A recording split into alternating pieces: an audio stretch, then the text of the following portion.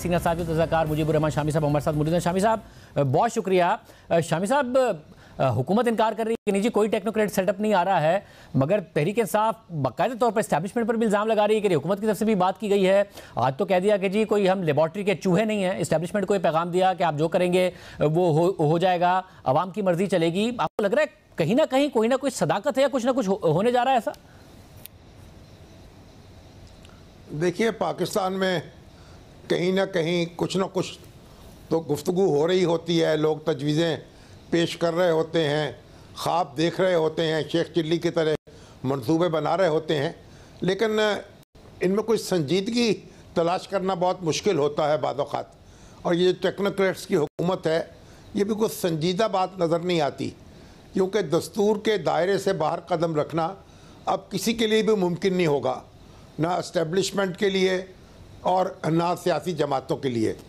तो मेरा ख्याल ये एक शोशा है जिस पर बहस तमीज़ हो गई और होती रहेगी, लेकिन ये टेक्नोक्रेट्स की हुकूमत वजूद में उस वक्त आएगी जब असम्बलियाँ तहलील हो जाएं और अबूरी हुकूमत कायम हो।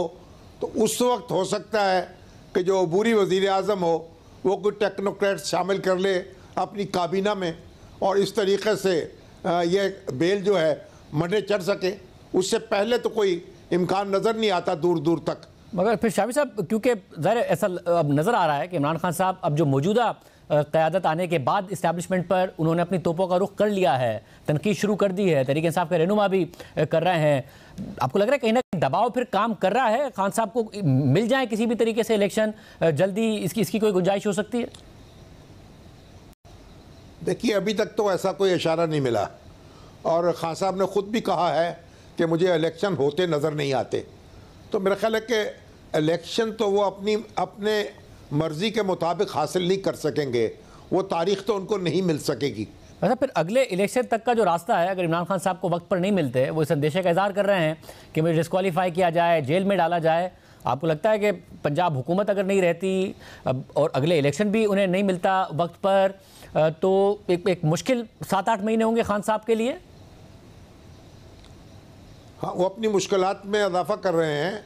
अगर वो अपनी हिकमत अमली को दोबारा गौर नहीं करेंगे, उस पर नज़रसानी नहीं करेंगे, और सिस्टम के अंदर अपना किरदार जो है उसको स्ट्रेंथन नहीं करेंगे और उससे मकासद हासिल नहीं करेंगे, उनका मुफाद इसमें है कि वो किसी न किसी तौर इंतखाबात तक पहुँचें और इंतखाबात से पहले किसी भी उलझाव से गुरेज करें। अब अगर वो ये फ़ैसला कर लेते हैं तो फिर तो उनके लिए एक स्मूथ सेलिंग होगी, अदरवाइज़ तो फिर मुश्किलात हैं और उसमें कुछ भी हो सकता है। तो मुकदमात भी तैयार हो रहे हैं, फ़ाइलें भी गर्दिश कर रही हैं, अफवाहें भी फैल रही हैं, अंदेशे भी हैं, और किसी वक्त कुछ भी हो सकता है। पाकिस्तानी सियासत में आप कोई लंबी पेशीन गोई नहीं कर सकते। मगर शामी साहब, इस जो तर्ज़ अमल है, ये जो तर्ज़ अमल है, क्योंकि ज़ाहिर है हुकूमत से तो कोई ख़ास डिलीवरी हो नहीं रही है। इमरान खान साहब अगर अगले इलेक्शन तक इंतज़ार भी कर लें तब भी कोई हुकूमत पॉपुलर होती नहीं नज़र आती है। मगर ये जो तर्ज़ अमल है, जो उनकी हिकमत अमली है कि उन्हें फ़ौरी इलेक्शन चाहिए, उसके पीछे वजह भी तो यही है कि अगर टाइम निकल गया तो मैं डिस्क्वालीफाई हो जाऊंगा, मेरे खिलाफ केसेस के फैसले आ जाएंगे। तो ये कैसे फैसला करें वो कि अगर इंतज़ार करूंगा तो फैसले नहीं आ रहे होंगे मेरे खिलाफ, क्योंकि उनकी असेसमेंट तो यही है।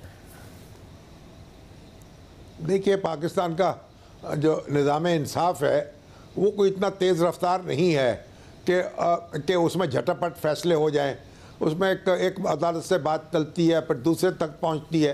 खान साहब अगरचे दबाव में हैं और कोई फ़ैसले आ भी सकते हैं, लेकिन मेरा नहीं ख्याल है कि कोई फ़ैसला कुन वो हासिल कर लेंगे, यानी कोई नतीजा। अभी आपने देखा कि जो गुज़श्ता बातें हैं वो किस तरह मंजर आम पर आ रही हैं।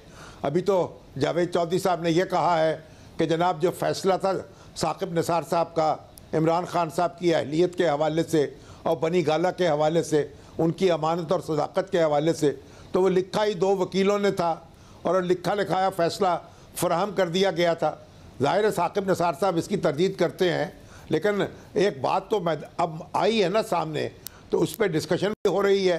तो मेरा ख्याल बहुत सी चीज़ें जो पसपर्दा होती रही हैं, अब वक्त आ गया है कि उनका भी जायज़ा ले लिया जाए और आइंदा जो है वो गुरेज किया जाए।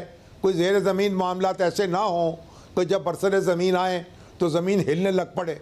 ये बात जो है हमें माजी से अब सबक सीखना है और सबक सीख कर आगे बढ़ना है। बहुत शुक्रिया शामी साहब की गुफ्तगू आपने सुनी।